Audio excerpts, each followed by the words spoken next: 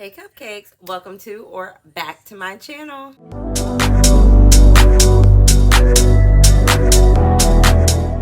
It is August, y'all. That's right. We only have 4 months left in this year, and it's time for our July wrap up.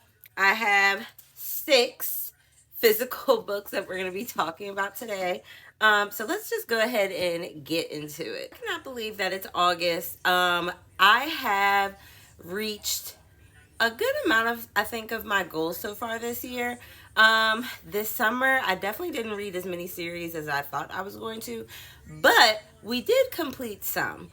And I think I'm going to do a separate video kind of talking about the series that I'm currently in and that I've finished. And continue to try to get through some series in August as well. I'm kind of going to use the summer to like wrap it up.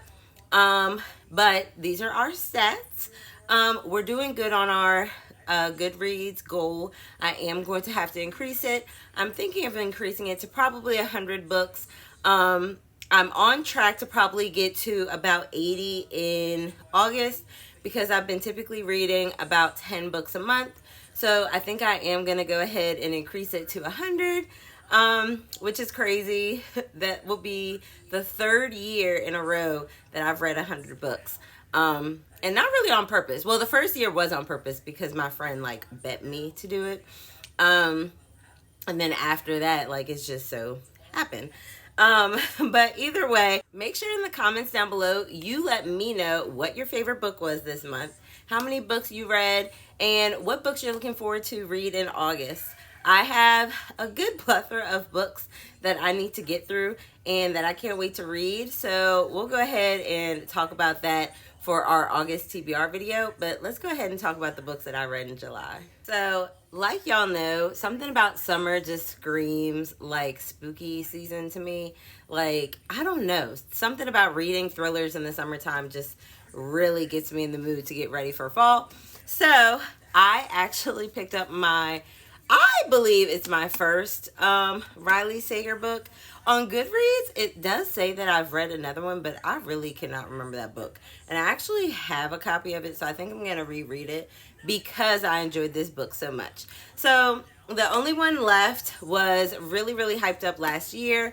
Riley Sager is a very popular author, so I don't know. I was just nervous to like pick one of his like books up, and typically I usually listen to my thrillers via audiobook, so I get a little nervous when I read thrillers. But let me tell y'all something. This book did not disappoint. This book follows Kit, who is a home health aide, and she has been reassigned to a new patient because her last patient ended with a scandal. So she's on pretty thin ice when it comes to the company and having a job, and she needs the income. So she reluctantly takes this job, who has her working with a very popular person in town. The person that she's working with is actually like, they're like a living legend because they kind of had a scandal of their own where they possibly murdered everybody in their family. So I don't want to tell you too much about this book because it has so many twists and turns and it has so many like thrilling aspects of it. But let me tell you something. I absolutely loved it. I indulged it. 5 stars. I read this probably in 24 hours, and it really made me really interested to read the rest of Riley Sager's books. I actually read another one or listened to another one this month. That's how much I enjoyed this. So if you haven't checked this out, I thought it was like very, very good, and it's definitely worthy of like a good fall spooky read. So 5 stars, only one left. I loved it. All right, so like I said, I was in a thriller mood. So next up, I did read The Last Word by Taylor Adams. This book has been on my TBR for forever. I could not wait to read it. Everybody was hyping it up last year. So I was such like on a high from that Riley Sager book that I couldn't wait to pick this one up. So this book is about a girl named Emma, and if you like, you know, on Bookstagram, Goodreads, and all that, we're leaving all types of reviews, and we try to be really honest about it. And if you're anything like Emma, if you didn't enjoy a book, you are very reluctant to put like a bad rating. You feel bad, the author's gonna see it, blah, blah, blah. This book lets you know why you should rethink possibly putting that 1-star review. So I don't want to get too much into it because I felt like this book, most thrillers you should go in blind, and this one especially, all you need to know is a girl that's house sitting with, you know, her dog, and she's reading these thriller books, and she reads this one, she doesn't really like it, she leaves a 1-star review, she gets into it with the author, and you got to read from there. This book though, and I don't know if it's because I read it right after the Riley Sager, but it just did not hit the mark that I needed to. Very repetitive and very odd. I don't know, like, and it wasn't even that long. Yeah, it's like 300 something pages, but it felt long, and it was just a little ridiculous. So I don't know. I know that it's not supposed to give like real life, but she was just like a little dumb for me, and I don't know. This was just an odd read. I don't even really know how to explain it. But it was 3 stars. A lot of people really enjoyed it. I didn't mind it, but when you compared it to the other thriller that I had happened to read before it, it just didn't compare. So 3 stars, not a bad book, but a little odd and a little not for me. I had to get off the thriller kick for a little bit. So my next 2 reads, again, we're back on the series. I did complete 2 more of the Barbarian series. Again, these books are really not for me. However, the second book I found was my favorite so far. I think I still have like 2 more that I need to read, but there's like 22 books. So I'm ready to just like wrap it up once I'm done with the books that I already own. But this one was actually not that bad. I don't want to speak too much about it because you learn more about the story as it goes on. So just know, you know, each book follows a different character and a different alien, and it kind of builds each time. So each time you're seeing the previous alien and the previous girl from before, and you see them in this book, and you kind of see all these different characters that you've already learned about and know about, and there's a progression in their relationship. So, you know, maybe they're pregnant, or maybe they're, you know, they have a better relationship. Like, you're just seeing progression. So I did give this one 4 stars. I just felt like the relationship was so much better. It was more developed. I felt like it was just a better chemistry than the first book. This one was a little dry for me. I gave it 3 stars. It was okay. Again, these books, I don't think I'm the target audience for it, but they are very just mindless, quick reads, very sci-fi and very smutty. So if you want a smutty book where you don't really have to think that much, pick these up, okay? And there's plenty of them. Like I said, there's like 20 something books. You'll never be out of something to read. So 4 stars, 3 stars. Let's continue. Next up, I did read a book on my Kindle because I was at the beach, so I didn't want to take any of my wonderful books near the water or the sand to get messed up. So I read Hot for Teacher, and oh my gosh, it is so good. I rated it 5 stars, very quick read, and it's about this girl named Latrice. Now Latrice, she's a single mom. She's not a real reckless person, but she decided to let loose for one night. She has a one-night stand with this hot guy, and wouldn't you know, he ends up being her son's teacher. So who she thought she wasn't going to see again, she ends up seeing all the time, and I'm not going to tell you anything more than that. It was so good. The chemistry, the relationship, just like the whole dynamic was amazing, and I absolutely loved it. I think that I need to read more from that author because the banter and everything was just perfect. And again, it wasn't a long read. It was easy. It was simple. It was hot. It was just everything that I needed in a Black romance. So 5 stars, definitely one of my favorites from this month. Now that I'm like really getting into the nitty gritty of everything we read, July might be like the banger month of the year, because up next was another Kindle book, and I was kind of looking forward to this one because I like the first one. Everyone loves The Right Move. The third one you don't hear much about. The third one is just as good as The Right Move, and that's Caught Up by Liz Tom Ford. And oh my gosh, it was so good, y'all. Like, I'm telling you, I'm so excited to read the fourth one just because of the third one. And the third one is about Kai, which I ain't know I like single dads, but let me tell you something about Kai. Okay, I don't even like kids like that in books, but Kai and the I'm getting ahead of myself. So this book is about Kai, who is a single dad who's an MLB player, and he's trying to really balance his life as a single dad and as like this superstar that's he's a little bit older, but he's at the top of his game. And he takes his job as a single dad so serious that he's been sitting here firing babysitter after babysitter because he can't find the right one. So then the owner puts his foot down and he's like, you know what? I got a babysitter for you. And it's my daughter. And I'm going to leave it at that because Miller needs to speak for herself.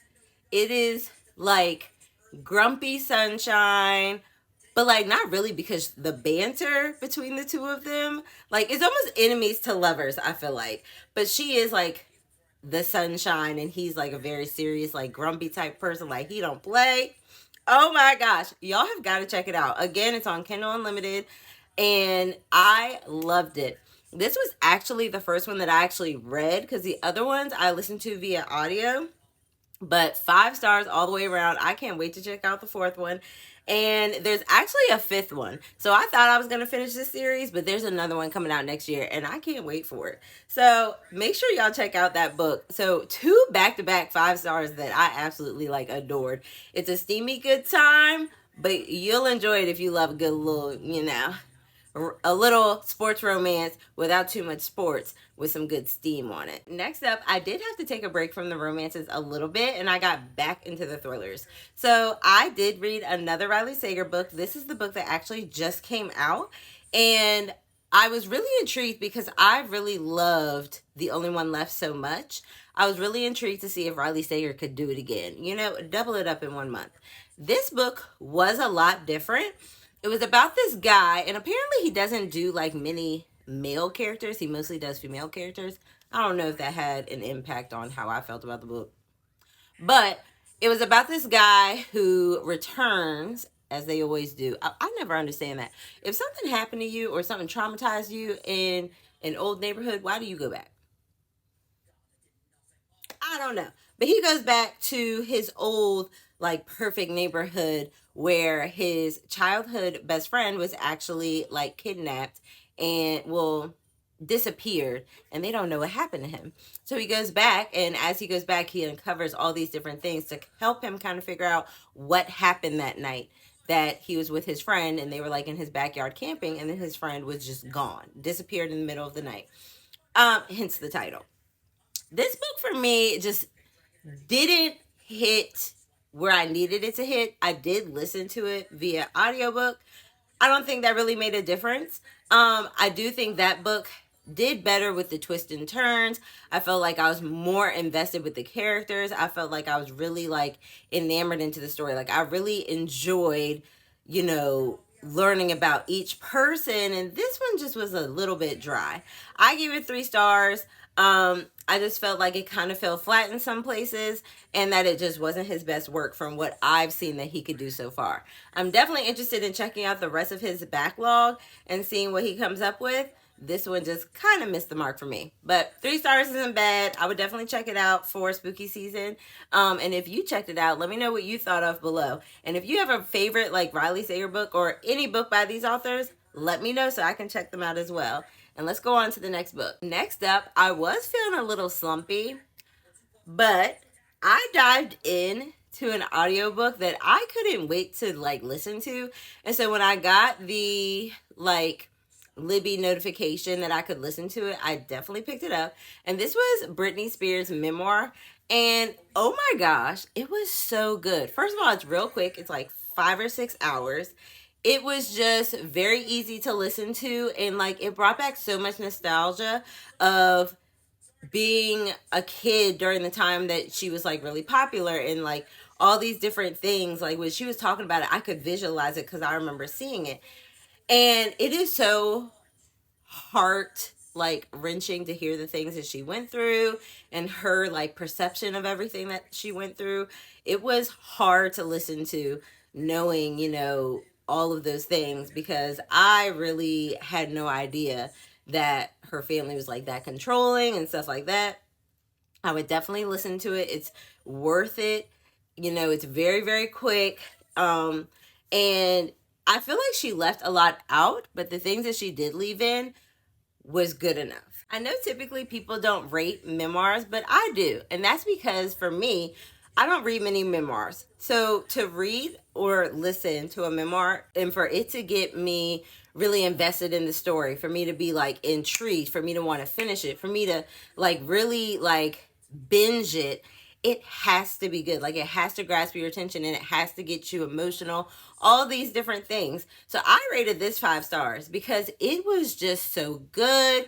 It was easy. It wasn't boring. Like it felt like she was talking to you and telling you about what she went through. So 5 stars. If you haven't checked it out, make sure that you do. It was rated as one of the top good reads, I believe, last year, and it's definitely well deserved. Again, very, very quick. If you're in a slump or you need something to listen to while you're doing the dishes or whatever, it doesn't take much brain power. Definitely check it out. Right, next up, I have 2 physical books. So we're going to end off with 2 physical books that I checked out. So I'm really always excited when I read books that, again, are on my physical TBR because it's all about getting these books out. And this one checked a lot of boxes because it's a series that I enjoy. It's a series I need to finish. And it's a very popular series. And this one is basically everybody's favorite book. And it's Act Your Age, Eve Brown. This book was so funny. Talia Hibbert has a way of writing characters that just like pop up on the page, like truly endearing, like real life, real feeling characters. This one is about Eve, and she is a train wreck, honey. Like she out of all the Brown sisters, like just can't get it together. So Eve is, to me, a little spoiled and a little entitled. She has gotten taken care of basically by her parents. Her parents have always bailed her out and they're tired of it. So they tell her, you got to get your ish together and we're not going to help you do it.